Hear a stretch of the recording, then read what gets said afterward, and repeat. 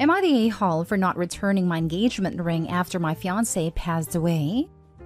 I, 31 female, recently lost my fiancé, 37 male, Jake.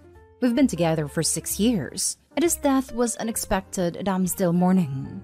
At a funeral, which I arranged and paid for, his brother, 32 male, Jim, asked me when I'm going to return the engagement ring to the family. For context, the engagement ring with which Jake proposed is an ancient family heirloom. It's a gorgeous ring, but what makes it priceless is the story behind it. Jake got the ring from his grandma a month after we started dating, as he claimed he knew back then he would marry me someday and wanted to get his grandma's blessings on the ring. When he proposed, his grandma already passed away, so having the blessings put on the ring made it extra special for the both of us. I asked Jim if he's serious, to which he said yes. Apparently, his long-term girlfriend Stacy saw the ring a while ago and fell in love with it and the story behind it, so she kept nagging him to get her something similar, which he couldn't. He figured since I can no longer marry Jake, he can propose to Stacy with it. I told him that he is rude, that the ring was blessed especially for Jake and I in mind. And even if that wasn't the case, bringing it up during Jake's funeral is incredibly disrespectful.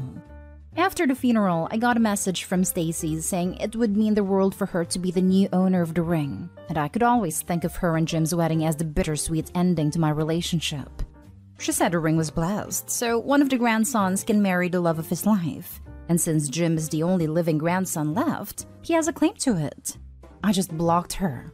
My ex-mother-in-law also reached out to me and said that although she understands my pain, I can't keep the ring since it's a family heirloom, so I should suck it up and give it to Jim. I snapped and told her no. The ring is staying with me and following me to the grave if need be. It's a beautiful symbol of Jake's love, and I won't let Jim and Stacy sully the memory of him. The ring is legally mine, so all they can do is cry about it and be bitter. They keep harassing me on social media saying I'm a bad person, and that I stole the family heirloom to spite Jim and Stacy out of jealousy, but I ignore them. Today I met up with my brother and he said that although Jim's approach was highly inappropriate, I'm being selfish for keeping the ring as a keepsake. I could always wear different jewelry that Jake bought me in his memory, but they could never replace an heirloom that's been in their family for generations. I'm now back home and I can't stop thinking about it.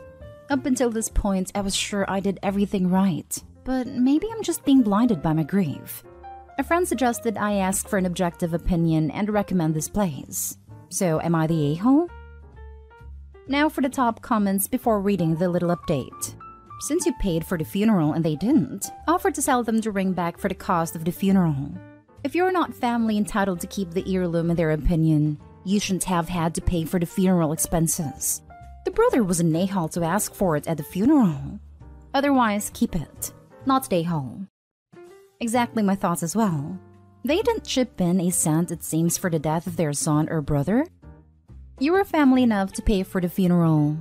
You were family enough to have grandmother's blessing. You were family enough to your partner. The ring is yours, OP. The memory is yours. Gift it to someone whose love you want to bless, if you so choose. Otherwise, do what makes you happy, not a-hole. This is exactly how I feel about it. It's not like OP just showed up. They'd been together for 6 years, and the owner of the ring gave it for her. The brother approached her at the funeral that OP arranged and paid for and asked for the ring. That was horrifically inappropriate and cold-hearted. So, in the middle of the funeral, I feel like I can't stress this enough, the brother demanded the ring back. And now, over however many days or weeks of grieving, several people are harassing OP for this ring. The ring given to her by her fiancé, that again was given by her grandmother. Not a-hole OP. Please just block them all. What kills me is the fact his girlfriend says to see them marry as a bittersweet ending to her relationship. If I was in her shoes and with how they approached, I understand wanting a family heirloom back. But they didn't help with the funeral. It was all being extremely insensitive towards her losing someone she loves. I wouldn't want to do them any favors either. Not sure if it'd be grief, spite, or right on my end, but they certainly could have handled that a lot better. Not a-hole. They don't want it back because it's a family heirloom. They want it back because Stacy is shallow and Jim can't spend the money. If he could buy the same ring, they wouldn't care, but are using the family BS to manipulate you. Tacky and disgusting. I can't possibly imagine asking someone who lost their husband for the engagement ring back. Now for the little update. I'm writing this to answer some commonly asked questions and because I think I've made up my mind on what to do with the ring. 1. I met Jake's grandma. She passed away a year before our engagement, and by that time I was already introduced to the family. 2. We were supposed to get married on October 31, 2022. We met during a Halloween party, so we thought it was fitting. My brother helped me cancel the wedding venue and catering since I didn't have the heart to do it. 3. We don't have children. Due to personal reasons, we never planned on having any biological kids. However, we did plan on adopting/fostering after our marriage was finalized. 4. Stacy did mention a couple of times how gorgeous my engagement ring is and asked if she could try it on, but I refused. Back then, I thought she was just trying to hint to Jim he should propose already. Didn't think she was actually interested in the ring itself. 5. The ring is legally mine. In Jake's will, I'm written as the beneficiary. The will was written 2 years ago and hasn't been changed since. 6. Jake passed away in a work-related accident. I claimed life insurance, plus sued a company he worked at since I believe his death was due to their negligence and could have been avoided. I'm currently in the legal battle with the company. 7. I paid for the funeral because I wanted to make sure everything was organized the way Jake would have wanted it. As horrible as it sounds, I was financially well off before Jake's death, and now due to his will, life insurance and company compensation, I'm practically rich. So I had the funds to organize him a really nice funeral. 8. When I told ex-mother-in-law that I'll take the ring to my grave, I meant it. When Jake passed, I considered joining him a couple of times before finally starting going to therapy. I don't think I'll ever date or get engaged again. It's too painful. 9. As for my decision, I would rather wait for the hell to freeze over than let Stacy and Jim get a ring. For now, the ring is staying with me. However, I'm considering the following option. Jake has one cousin, 10 female, that lives far away. I used to babysit her while her parents still live in town. I think I'll gift her the ring after she graduates high school and pay for her college tuition using the life insurance money I got. I hope that way I can do right by both Jake and his grandma. They say time heals. Hopefully 8 years will be enough for me to let go of the ring. If not, I guess we'll see then. I'm not telling anyone in his family what I have planned. Let them think they've lost the ring forever. I think it's a punishment fit for their actions. By the way, I lost a comment that said this, but someone compared Stacy to Gollum. I don't know who it was, but this genuinely made me laugh for the first time in a while. Thank you. Next story. Am I the a-hole for yelling at my boyfriend for making me leave my best friend's wedding? My boyfriend, 27, and I, 26, have been together for 2 years. He's a good heart and is normally rational, but his one issue is that he expects to accompany me in every occasion, no matter how big or small. He even went with me to my ex-boyfriend's funeral after days of begging.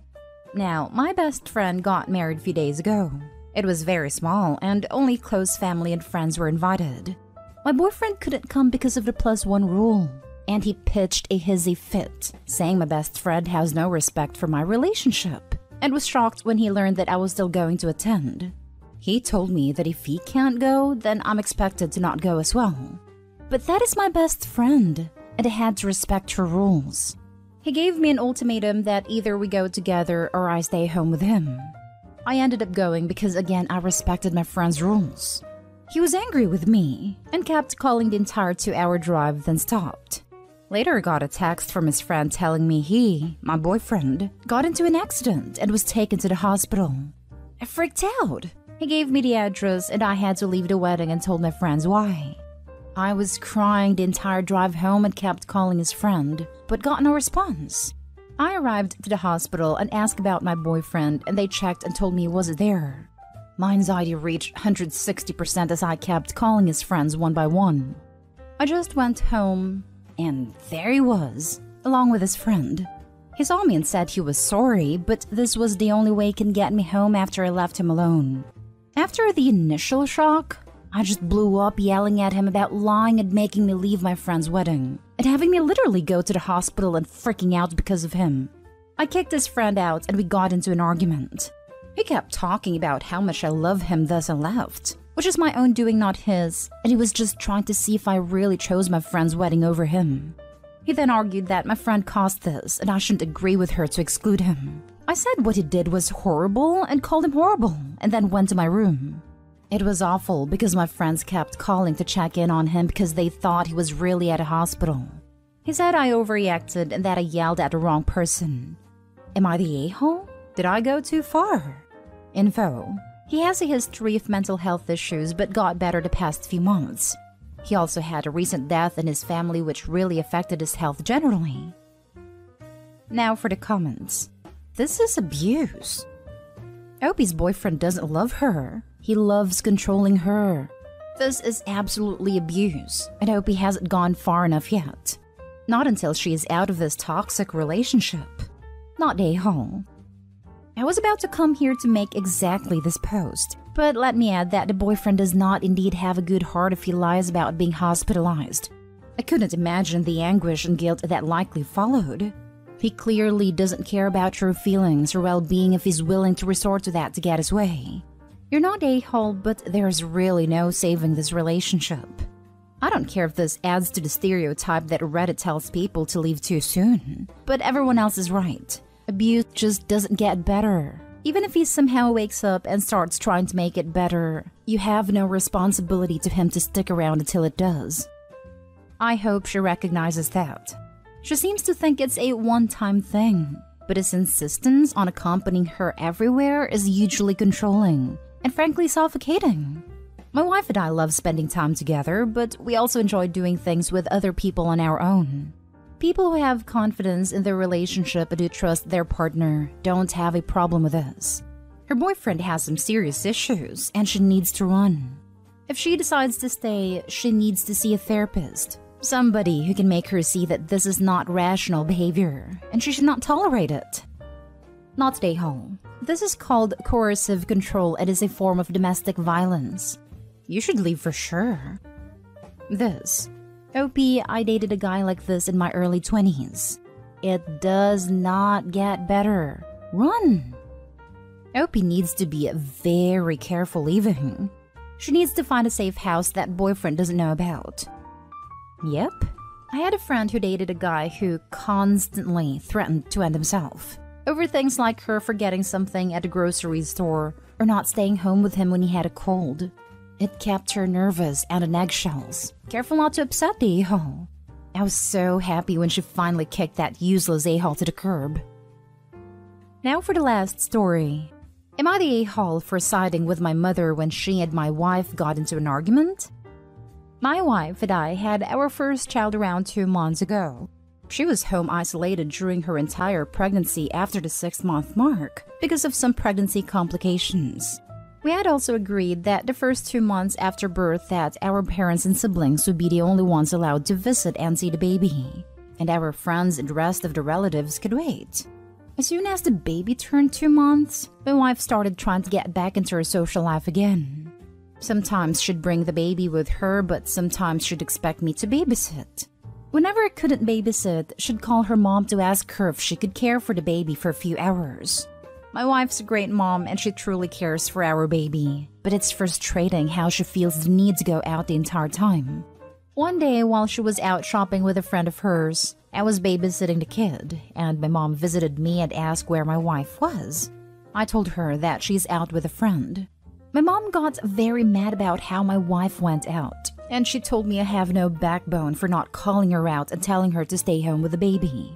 I told my mom I'll handle this, but my mom waited until my wife got back home and she started scolding her. It wasn't a proud moment of me, and I really didn't want my mom to get involved, but my wife needed to hear it from someone else too. My mom told my wife that she is irresponsible and that she should cut down her meetings with friends and stay home to care for the kid as a proper mother would. My wife tried to defend herself, saying how I was always out with my friends both during her pregnancy and after she gave birth. But both I and my mom tried to explain how me going out is not the same as her going out. My mom told her that the little walks and coffee hangouts with her friends are over, and that she better get used to the fact that her social life will now be limited. It sucks, but that's how it is. I agreed with my mother and all that, and my wife is not speaking to me for days. She even sleeps in the guest room now and took the baby's crib there as well. She will only cook for herself and the baby and not for me. My mother-in-law and my sister-in-law have texted me saying I was a huge a-hole for this, and so was my mom. So I should not be surprised my wife is acting like that towards me. You're the a-hole.